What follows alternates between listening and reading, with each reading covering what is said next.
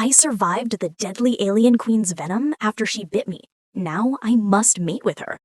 The scream of the atmospheric thrusters dying was a sound Axel would never forget, a mechanical shriek that vibrated through the reinforced chassis of his blockade runner and settled deep in his marrow. The canopy of the planet Vara rushed up to meet him, a blur of toxic green and bruised purple vegetation that promised a violent welcome. He didn't fight the crash, he guided it, wrestling the yoke with white-knuckled precision to aim for the softest patch of canopy he could find. The impact was a series of concussive blows that shattered his ribs and the cockpit glass in equal measure, leaving him gasping for air that tasted of copper and rot. When the sliding ceased, the silence of the jungle was heavier than the G-force had been. Axel unbuckled, his movements jagged with pain, and fell from the wreckage into the mud. He was alive. That was the first miracle. The second was the structure looming ahead of him through the mist, a temple of black stone, half buried in the muck, its architecture alien and imposing. The rain on Vara was acidic, a slow burn that would eat through his flight suit in hours, so he limped toward the ruins, seeking shelter. The interior was cool, dry, and smelt of stale air and ancient dust.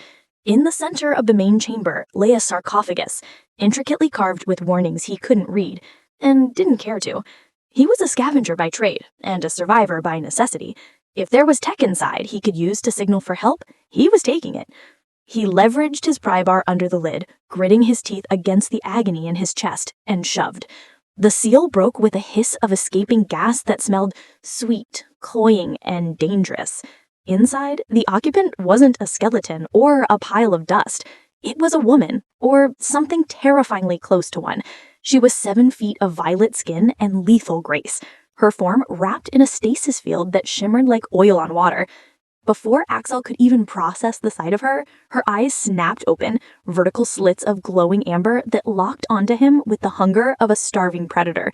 The stasis field collapsed. She moved faster than anything organic had the right to move. One moment she was prone, the next, Axel was pinned to the cold stone floor with a clawed hand around his throat, cutting off his air. He stared up at Zorali, paralyzed not by the grip, but by the sheer, overwhelming presence of her. She hissed, a sound that wasn't speech, but a biological imperative, and bared fangs that dripped with a viscous, glowing blue fluid. She didn't ask who he was. She didn't hesitate.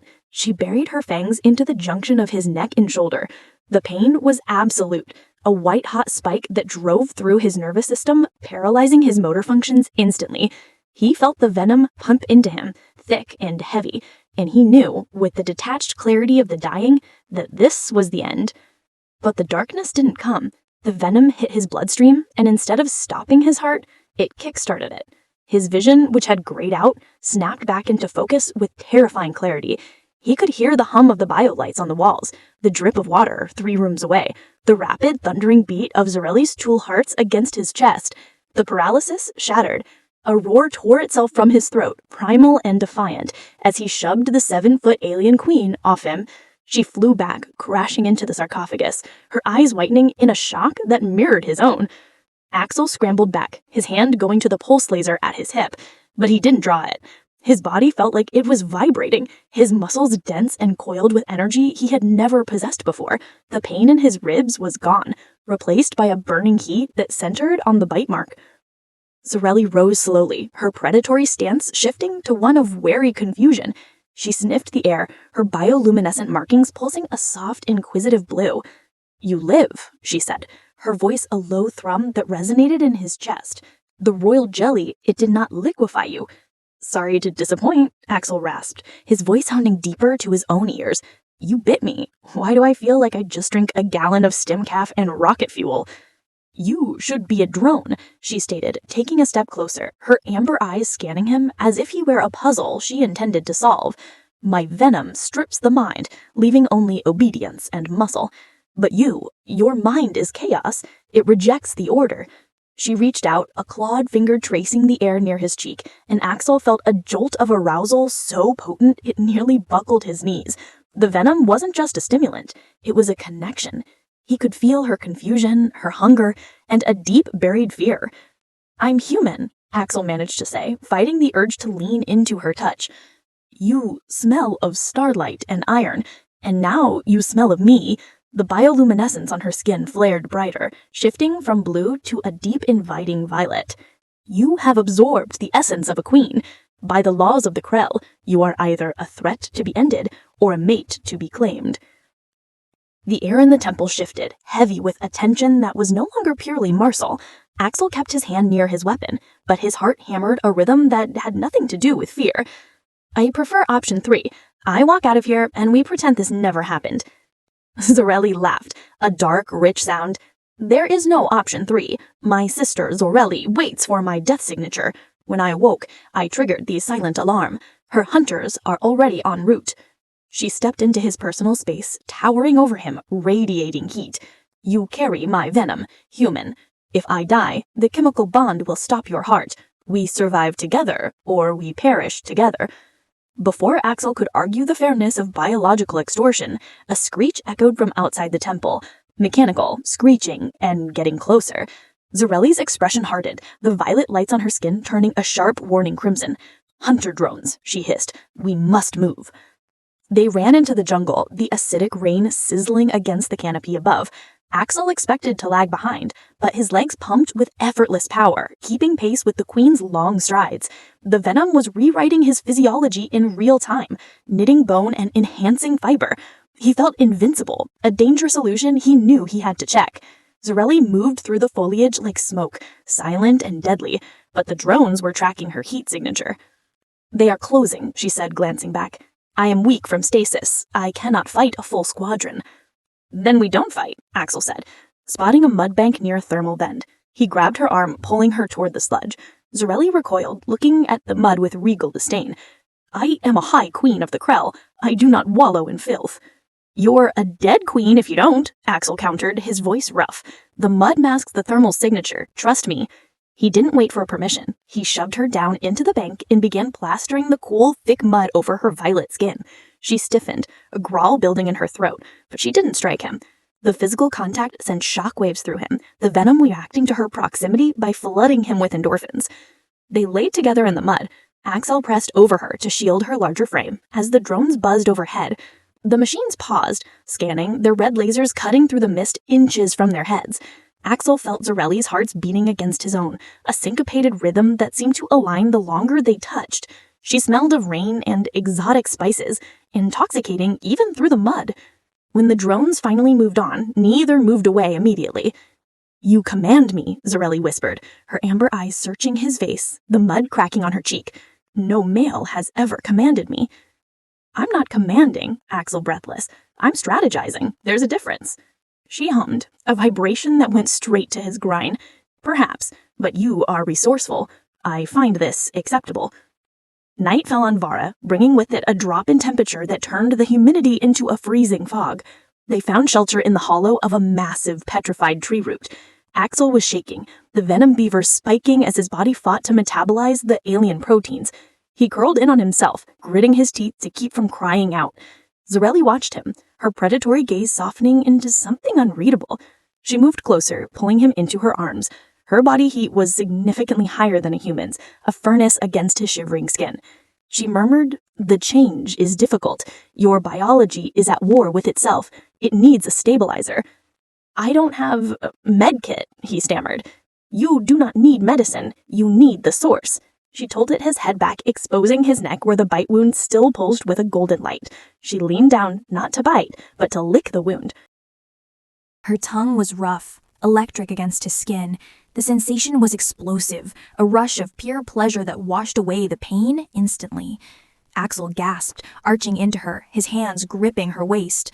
"What are you doing?" he groaned, his mind hazing over with lust. "Feeding you," she replied against his skin. "Bioenergy transfer. It creates the bond. It ensures you survive the night." She straddled him, her weight settling heavy and perfect on his hips. The intimacy was overwhelming, a clash of species that shouldn't work but fit together like a lock and key.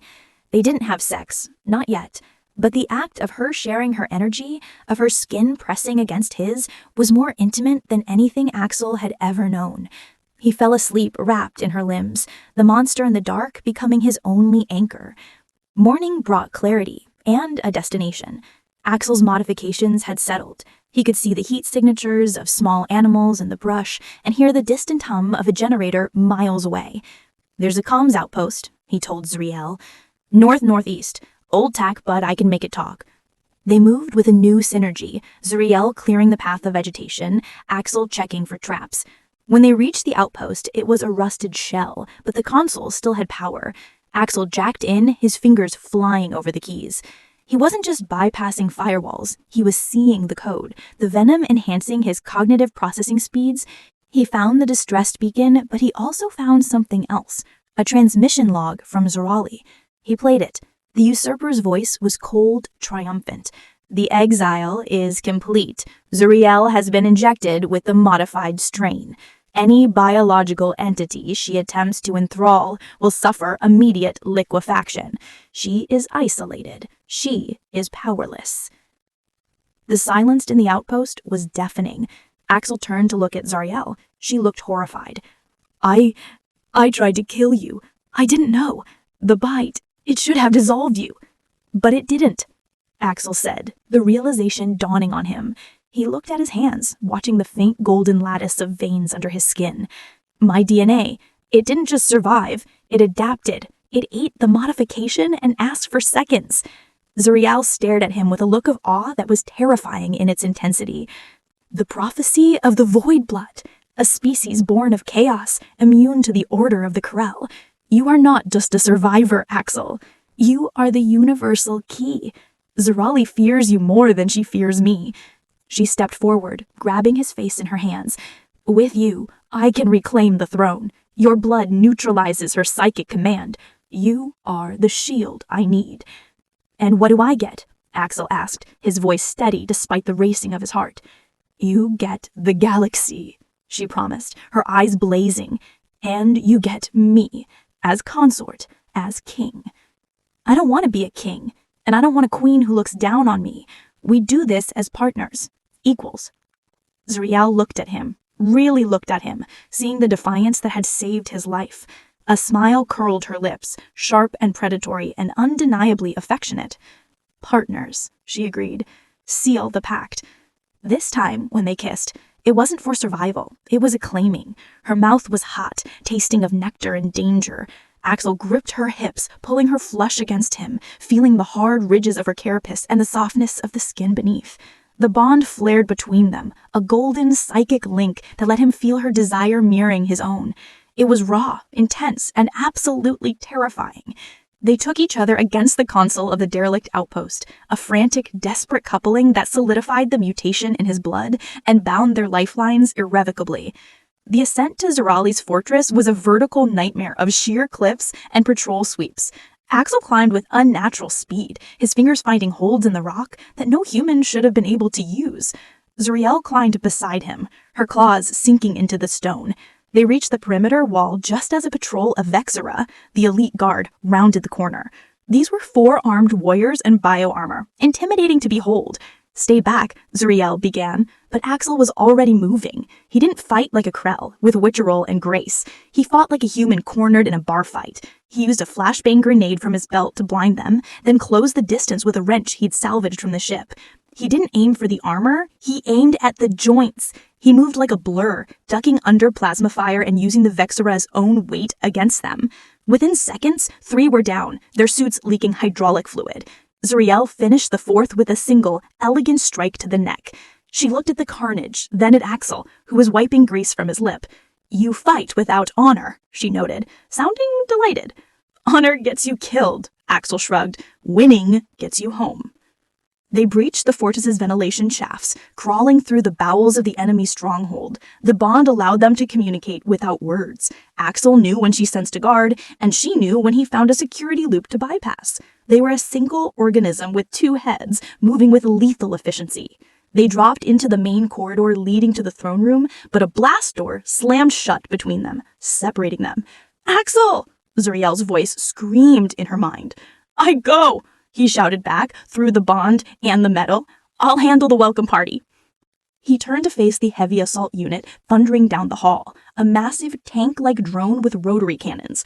Axel didn't run. He let the venom flood his system, pushing his muscles to the tearing point. He sprinted directly at the machine, sliding under the initial volley of fire. He leapt, planting a thermal charge on the drone's sensory cluster, and vaulted away as it detonated. The explosion threw him into the wall, cracking his reinforced ribs, but the drone was blind. He dismantled it with savage efficiency, tearing out its power core with his bare hands. Bleeding and battered, he limped toward the throne room. He could feel Zorali's fear through the bond. She was losing. He overrode the door lock and stumbled inside.